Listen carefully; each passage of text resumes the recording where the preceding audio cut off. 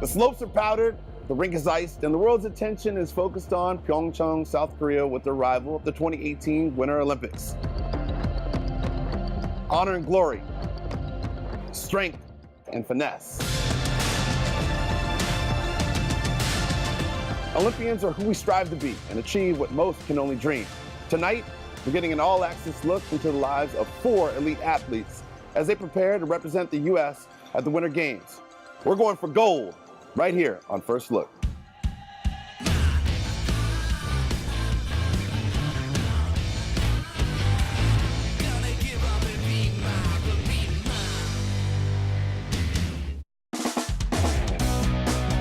With the 2018 Olympics upon us, everyone's attention is now entirely focused on Pyeongchang, South Korea, as the world's most elite winter athletes are all vying for gold.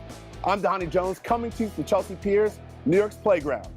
Now, as a former professional athlete myself, I can tell you firsthand that every competitor's path to glory is unique unto themselves. And tonight, we're exploring men's figure skating frontrunner Nathan Chen, sled hockey gold medalist Rico Roman, and 3-time Olympic cross-country skier Andy Newell. But before we get to the men, there's one female athlete who's leaving them in her snowboard dust. The beauty of modern sports is anything is possible. And if there's one person who embodies the word possibility, it's Amy Purdy. This athletic juggernaut is the winner of a bronze medal at Sochi, an accomplished speaker, a New York Times best-selling author, and a TV sensation when she came in second place on Dancing with the Stars. And she achieved all this despite being a double-leg amputee. I didn't think that would be that hard, but whew. But the story of this Wonder Woman doesn't start on the slopes. It begins in the desert.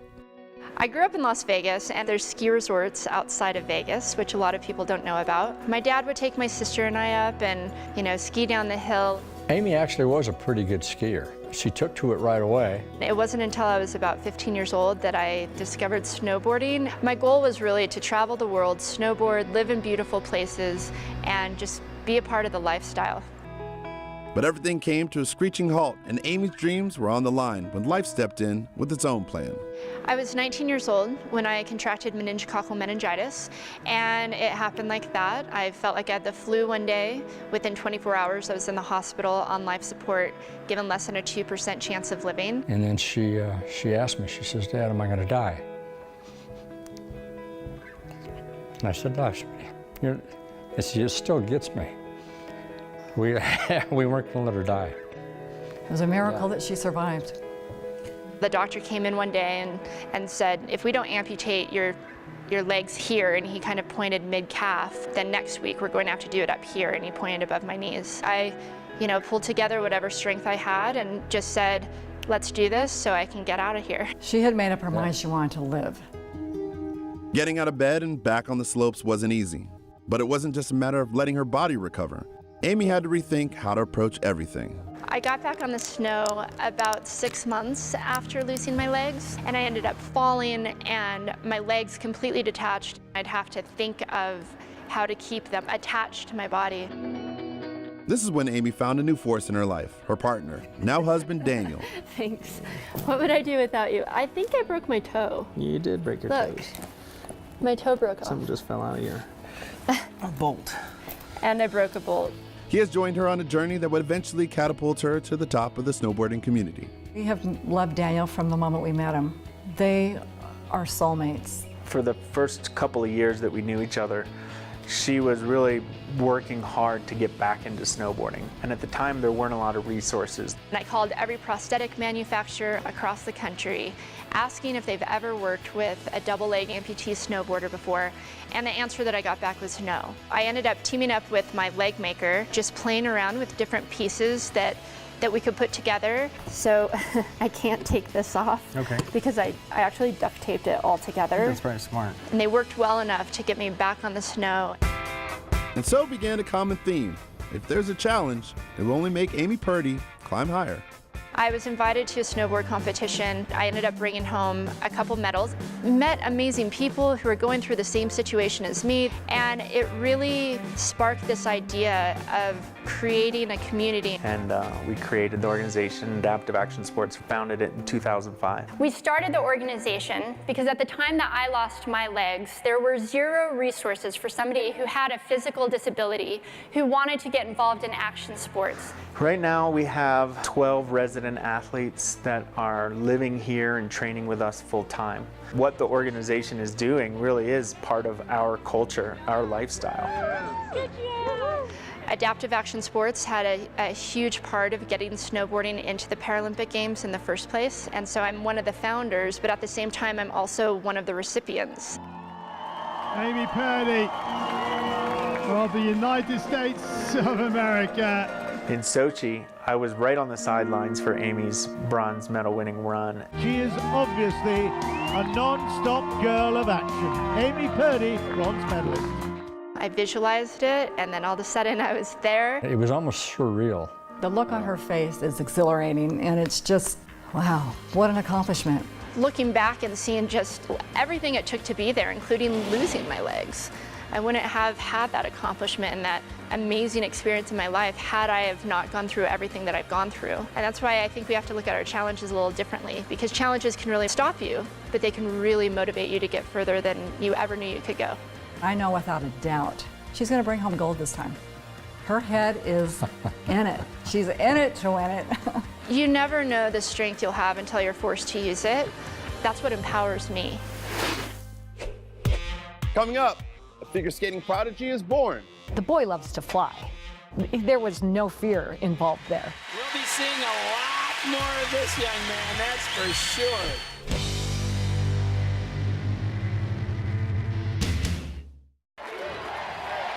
In the biggest moment, Here comes Team USA. when the biggest race comes around, Here they come for the finish. the biggest routine, That's what an Olympic champion looks like. the biggest game, And go to the United States. we want to be prepared. We want to let the world know who we're cheering for, who we're standing with, and who we are. We are Team USA. Shop now at teamusashop.com.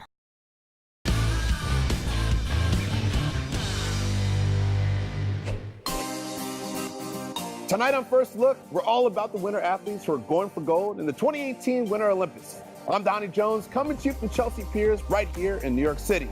Combining pure artistry with immense strength and power, Olympic figure skating is always a fan favorite.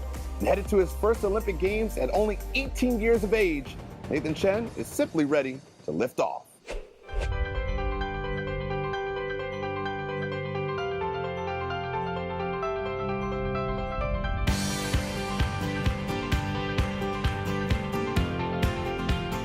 Everyone has their own, characteristics in skating. Some things that they're good at, some things that they're not so good at, but I'm very jump-based. The boy loves to fly. Any little jump I taught him when he was little, there was no fear involved there. You set up with a lot of speed going into it, and basically your tap is like a pole vault. When you tap into the ice, you kind of just feel like you sink into the ice, and you don't even use much effort. You just kind of rebound right back into the air. That's basically a quad. Captivating crowds with his gravity-defying quads, 4 full rotations off a single jump, it's not surprising that this Olympic nominee's journey began with the Olympics themselves. Which Olympics are we going to see you in? 2018, I think. Okay, we'll look forward to it. I'm from Salt Lake City, Utah. 2002 Olympics were in Salt Lake City. Because of that, a whole bunch of new rinks were built around my area. My sisters really loved figure skating. My mom loved to watch figure skating as a kid, so she took us all to the rink. My brother started playing hockey, and I thought that the goalie gear was super cool, super sick, and I was like, Mom, that's what I want to be. I want to be a goalie. And she basically was like, okay, well, you don't even know how to skate. It probably would be easier for you to start on a figure skate blade. Apparently, I didn't move the entire session. And at the end of the 2 hours, the Zamboni comes on to clean the ice off. Apparently I just stood there and cried. My mom literally had to run out with sneakers and drag me off the ice. She realized that I loved figure skating a lot, and that's kind of how I got started. I probably only seen this with a couple of kids. It was a seed that came with him when he was born. And by the time he was 4, Nathan was skating competitively. Men's champion, Nathan Chen. And here's the fan favorite, the novice men's champion, Nathan Chen, at 10 years old, the youngest skater at the U.S. Championships. From there, Nathan was only looking to further develop himself as a formidable force. I saw his potential, definitely. He already could do some elements nobody could do in the U.S. You would hit this line like here, and then your axle line you would increase better this part. So that was incredible. I never met anybody like that. So it means he understands approach, he understands how to develop himself. So that's what I think makes him to be what he is right now. Under Artuyin's tutelage, Nathan went on to win gold at the 2011 ISU Junior Grand Prix with the highest score ever awarded at that time. But the right coach was only half of the equation. My dad came to the U.S. for his medical degree, spent his time as a research scientist, and my mom works as a medical interpreter in hospitals. They really wanted the best for us, and they really pushed us to succeed in whatever we really love doing. After dazzling crowds with a series of quadruple jumps and winning his second consecutive U.S. championship, Nathan manifested his own prediction and was nominated to compete at the 2018 Winter Olympics. I can't even imagine what it'll be like at the Olympics in Pyeongchang. I've dreamt about that feeling a lot as a kid, and has definitely fueled me throughout my skating career. The more people, the more energy, and the more excitement, and I'm ready for it. To have a successful career, I think that medals and staying on top of the podium really have to tie into that. If you don't really enjoy what you're doing, if you're not very passionate about what you're doing, I just believe that there's not as much point to it. You have to really love what you're doing. That way, if you have experiences like that where you're standing on top of the podium, it really means something to you. Honestly, I probably couldn't live without skating. I mean, it's just like part of my life. We'll be seeing a lot more of this young man, that's for sure.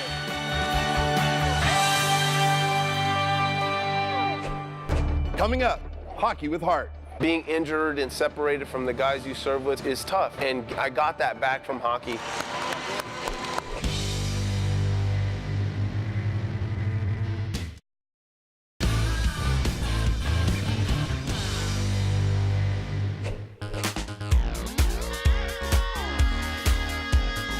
Tonight on First Look, we're focused on the athletes who are solely focused on gold. Now, hockey has long been celebrated both here at home and abroad. And over the years, we've seen the game grow faster and the players bigger, stronger. But Rico Roman is showing us all that the true measure of a competitor is the size of his heart. He's a great leader off the ice as well as on the ice. Definitely a mentor in the sport of sled hockey. He has a lighthearted attitude. He's very patient, very methodical, but at the same time, he's very aggressive. He's Rico Roman. At 37 years of age, this forward is pushing Team USA towards a gold hat trick in Pyeongchang in the arena of sled hockey. We kind of joke that stand-up hockey players got it easier because they skate with their legs and shoot with their arms, and we have to skate with our arms. It's kind of like a cross-country skiing motion, and shoot with our arms. Balancing on those blades requires a lot of core strength. Using your upper body in ways that you hadn't used it before is super difficult. You're skating around, passing the puck, trying to get it to the net and score. Just like stand-up hockey. They go hard, it's fast, it's every bit as aggressive and every bit as fun to watch. First developed in the early 1960s within a Swedish rehabilitation center, sled hockey has become one of the Winter Games' most popular sports since it was first introduced in 1994. Paralympics in general started from guys coming back from World War II. They wanted to compete and represent their country. So from that, that's where all the games came from. We've got 7 veterans on the U.S. national team at the moment, 5 Marine Corps veterans and 2 Army veterans. Which is ultimately how Rico came to compete on the ice in the first place. I wanted to do more, I wanted to see more, and wanted to serve my country. Back in 2007, I was a staff sergeant. I was in charge of a squad, so 2 teams, an Alpha and Bravo team, about 8 to 9 guys, and I was about 2 weeks from taking over the whole platoon. I was injured due to an improvised explosive device. In other words, a big bomb, a big nasty bomb. I was in a vehicle, blew up underneath us, and injured my left and right leg. And ultimately, I was able to save my leg, but I wasn't able to bend it. So I started weighing this option of maybe doing an amputation.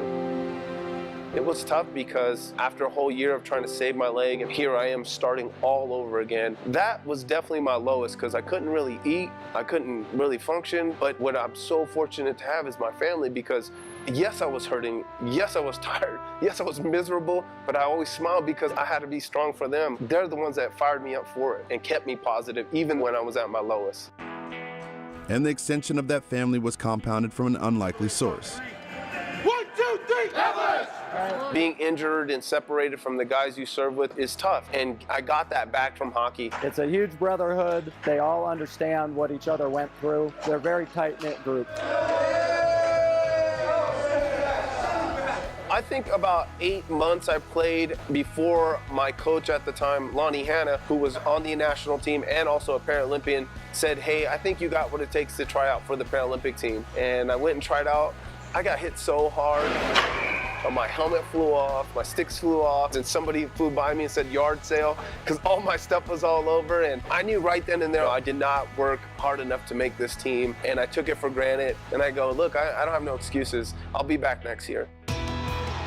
4 grueling tryout years would pass, but in 2014, Rico officially became an Olympian competing for gold. I get goosebumps just thinking about Sochi. I mean, it was just unreal making that team and being able to represent my country and wear the USA colors. But there was one additional color Rico would be rocking after a 1-0 victory over Russia in the sled hockey finals. I remember after the game, them putting the gold medal on my neck and looking up into the stands and seeing my kids up there and knowing that they got to share that moment with me and all the hard work it took to get there.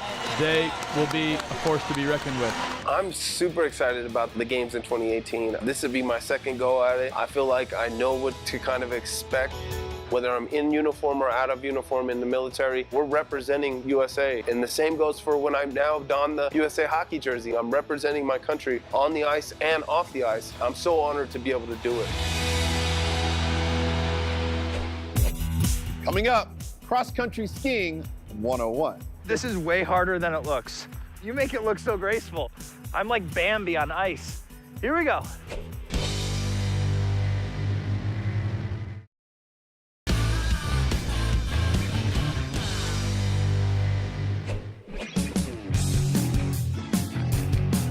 Tonight on First Look, we're exploring the lives of several winter athletes who are going for gold in the 2018 Winter Olympics. And while many of the competitors are fresh-faced newbies, some returning Olympians like cross-country skier Andy Newell equally have their eyes on the prize, as our own Jonathan Bennett quickly found out. This is way harder than it looks. You make it look so graceful. I'm like Bambi on ice. Here we go. I think it's one of those beautiful sports to watch. It's a combination of pure speed, power, but it's also very graceful. Essentially what cross-country skiing is, it's kind of the original way to get from point A to point B over the snow. And you have to tackle anything that comes your way between the start and the finish, like an uphill, a downhill, a corner. Snowboarding, mogul skiing, alpine skiing is kind of all originated from cross-country skiing. And if you're going to take up a new sport, it never hurts to get lessons from a 3-time Olympian on this year's Olympic course. So what are the fundamentals that I have to know? Well, in any kind of skiing, it helps to look good first. Nailed it. The leg movements are a lot like ice skating. Yeah. Or like even roller skating, if that's your thing. Not since the 80s. A native Vermonter, Andy Newell has been riding on skis since the tender age of 2. A few years later at 5, he was off to the races. It was clear from the start that he was destined for a life on the slopes, and when he was introduced to cross-country skiing, it was a perfect match. Around Vermont, as a kid, there was a lot of different ski groups, and there was like an after-school program, so I could do it with my buddies. Trained by legendary cross-country coach Sverre Caldwell at the prestigious Stratton Mountain School, Andy learned to eat, breathe, and sleep cross-country skiing.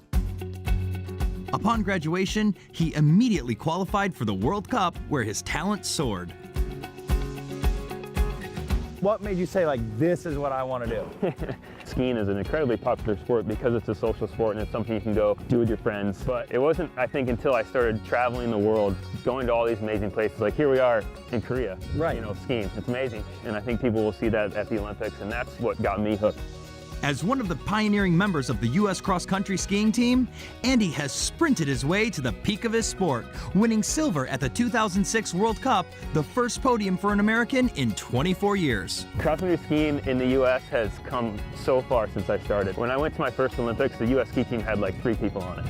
And since then, this sport has just blown up in the U.S. We've gotten so much better. In a sport often dominated by Russia and Norway, Andy and his All-American team are solidifying themselves as a force to be reckoned with, and it's partly due to their collective motto, One Team, encouraging selflessness for the greater good. And in Pyeongchang, their main objective is to bring home the gold. I want to see the U.S. win a medal. If it's me, that's awesome. If it's anybody, who cares? I mean, we just want to win some hardware. Yeah, you got to get that hardware. Putting on skis, like, what does that mean to you? At an Olympic venue, it means representing your country, which is awesome. I mean, that never gets old. All those hours and hours of hard work. This is hard work. All those years and years, it makes it all worth it. It's not about how fast you go, it's about how much fun you're having too. Exactly, see? You've seen someone cross the finish line, they just collapse on the ground, they got snot and drool coming down their face. That's a classic cross-country skier thing.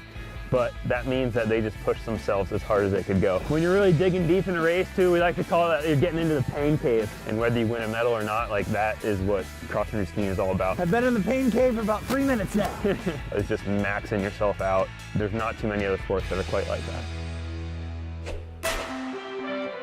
4 different paths point towards one common golden goal. And whether these athletes are at the mountain, in the pipe, or on the rink, the pure competition guarantees that this year's Winter Olympics will be one for the ages. So be sure to tune in to the Pyeongchang Games right here on NBC and celebrate Passion Connected.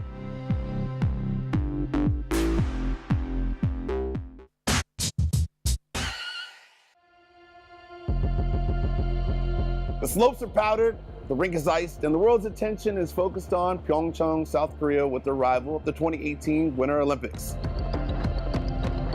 Honor and glory, strength and finesse. Olympians are who we strive to be and achieve what most can only dream.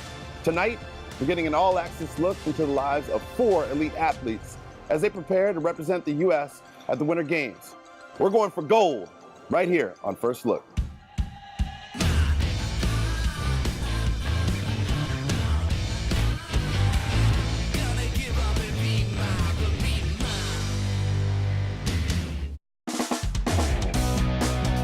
With the 2018 Olympics upon us, everyone's attention is now entirely focused on Pyeongchang, South Korea, as the world's most elite winter athletes are all vying for gold. I'm Donnie Jones, coming to you from Chelsea Piers, New York's playground. Now, as a former professional athlete myself, I can tell you firsthand that every competitor's path to glory is unique unto themselves. And tonight, we're exploring men's figure skating frontrunner Nathan Chen, sled hockey gold medalist Rico Roman, and 3-time Olympic cross-country skier Andy Newell. But before we get to the men, there's one female athlete who's leaving them in her snowboard dust. The beauty of modern sports is anything is possible. And if there's one person who embodies the word possibility, it's Amy Purdy. This athletic juggernaut is the winner of a bronze medal at Sochi, an accomplished speaker, a New York Times best-selling author, and a TV sensation when she came in second place on Dancing with the Stars. And she achieved all this despite being a double-leg amputee. I didn't think that would be that hard, but whew.